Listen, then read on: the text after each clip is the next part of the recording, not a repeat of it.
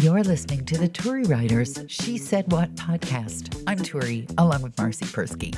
In this installment, the 30-year-old child and a couch full of hirsute porn stars. Also, be sure to listen to the very end for the rules of our first Captain Oblivious contest.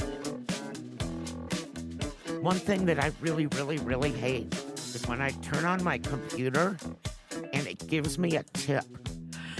And as anyone who listens, I don't know anything about this computer. I've had it for over a year now.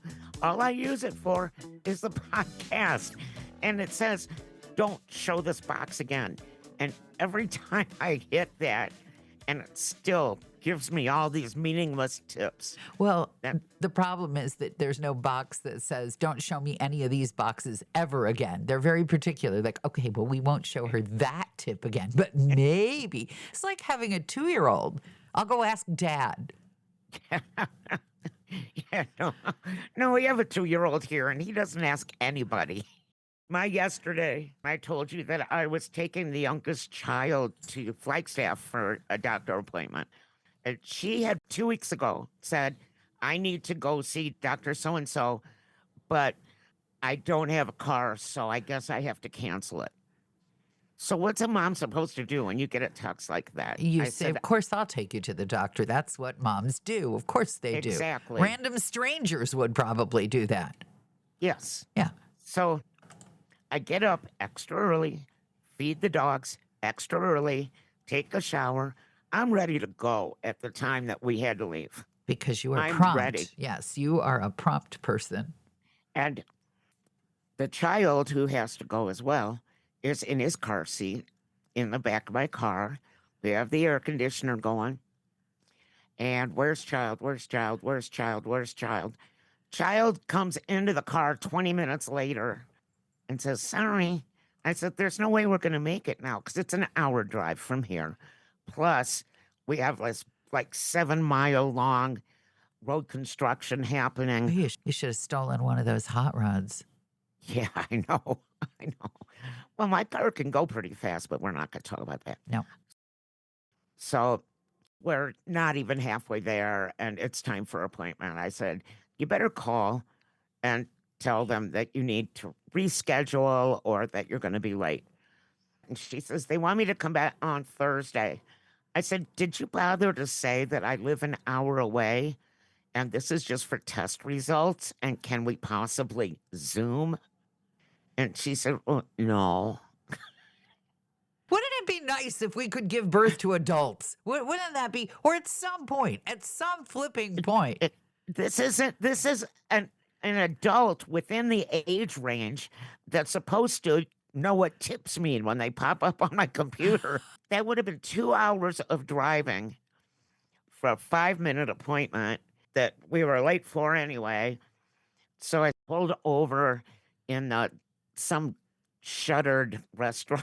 And threw your daughter out of the car? Did you make her walk home? That's the temptation right there. No, I had to. I said, get out of the car, go do your Zoom. And while 2-year-old is crying, I have to go sit in the back with my purse and take everything out of it to show him in hopes that he would stop crying. Yeah. And it did work. What did you have in your purse? You have a bottle of pills there that doubles as a rattle? Is that the thing? No, I wish I did. I needed that bottle of pills yesterday. Oh, I know. This is the thing that interested him the most. It was from Sam's Club, and you know how they just put pieces of paper out for something that you show at the counter when you check out that no, I've never they don't been, have out never something been, big. Oh, yeah. It's not a piece of paper at Costco. It's a big cardboard thing the size of it's got the measurements of, do you remember the World Atlas? Yeah. Yeah, it's a cardboard piece the size of the cover of the World Atlas that you put in your cart and then you take to the yeah, okay, I know what you're talking about. Sam's Club, it's just like a coupon that you get in a magazine. Uh-huh. And it's shiny paper. Mm. And I had 2 of those. Oh. These 2 people to the paper. He sat there trying to make shoes out of them for the 15 minutes that his mom was on the phone. I'd forgotten this part of childhood. Maybe that's the whole point of grandparenting, but I don't know if I want to remember this stuff. That's the other part. I'm in no hurry. But I See, would.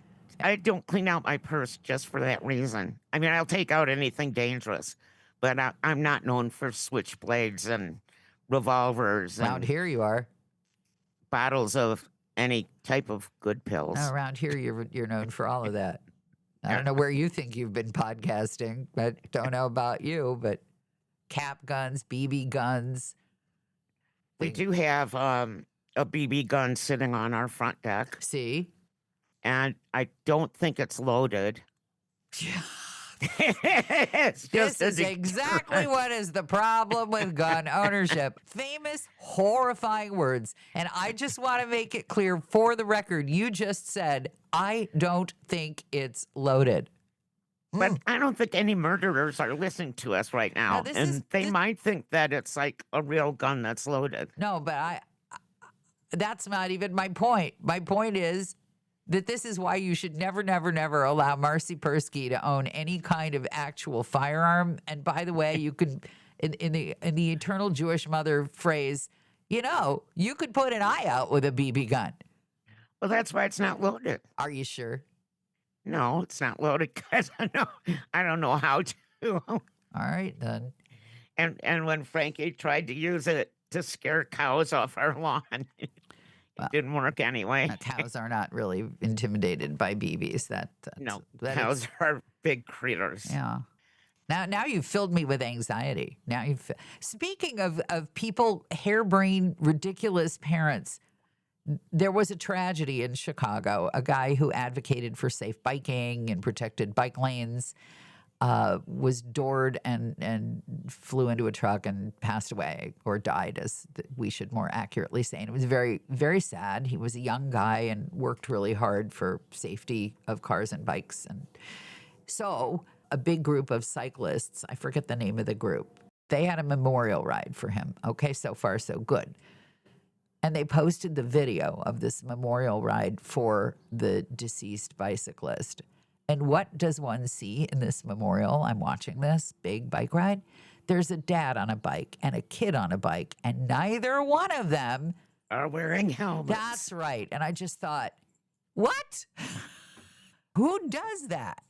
What do they think? Because they're all surrounded by cyclists that the kid can't fall off? What are they? I probably shouldn't say this. Oh, dear. But here it comes. Every now and then, oh no, I see my handsome young spouse peel out of our driveway on the Harley without a helmet. Ooh. Yeah. And I can't tell him anything. You absolutely cannot make a person grow up. It doesn't matter if they're 24 or 54. They're not going to grow up when they don't want to grow up. This is exactly a version of the conversation that I'm having with the younger child, where he's 2 years out from 2.5 years out from graduating university, and his LinkedIn page, which, as everybody knows, is a hiring page, says that he's working as a waiter, which he hasn't been doing. And, I mean, he has an actual real college graduate job. So I politely suggested he update his page, and then I suggested it again. And then I sent a vaguely threatening text saying, if you want people to take you seriously. But again, how is it that I, who came to the computer late in life, should be briefing a recent college graduate on how to use the internet? What I'm sure that if I needed some porn, he could find it for me easily. Sure. Yeah. Bootleg TV sites, he's good for that. But I'm going to hear about how tough the job market is at some point in the future. And I just know that I'm going to go to his LinkedIn page and it'll be 7 years out of date. I just know it. Speaking of porn. Yes. What? You? Yes, I'm going to speak of porn. So I saw the other day when I was just doom scrolling that one of the networks, the streaming networks, is doing a bio of Robin Byrd. Have you ever heard of her? I think that's the name of a bird, right? Right, but she uses the name Robin Byrd, Kind of, Byrd. it's kind of redundant, isn't it? Anyway, Yes. 1.5 million years ago in the 90s, Yeah. I was in New York for the Independent Music Festival, Okay. and they put me up in a really nice hotel. But in New York, I don't walk around by myself in New York because I have no idea where I'm going. So after the last thing of the night, I went back to my room and I'm looking for something to watch on TV. And I found the Robin Byrd show. And she's wearing this, it's a talk show, and she's wearing this teeny tiny bikini. Uh-huh. And her guest was a fully naked Ron Jeremy, who is a very famous old school. I've even heard of him. Big, you should pardon the expression, big porn star. Big porn star covered in hair. He was like the hairiest man I ever saw. I had to look for a face. I thought she was interviewing, like, I don't know what's that big, a grizzly bear. But yes, I was like fascinated by this show. And she was like the only one who wasn't naked. And for a week, I got home Watch the Robin back Byrd to my show. hotel in time to watch the Robin Byrd show. And I had forgotten all about that until I saw that they're doing a biography of her. Well, a couple things. First of all, I just want to point out that the power of stardom means, and this translates into just about every part of the universe. If you're famous enough, you get to wear the G-string while everyone else has to be naked. I think they wanted to be naked. I mean, I don't think these were regular people. But I think again, most of them were. if you're the star, you Yes.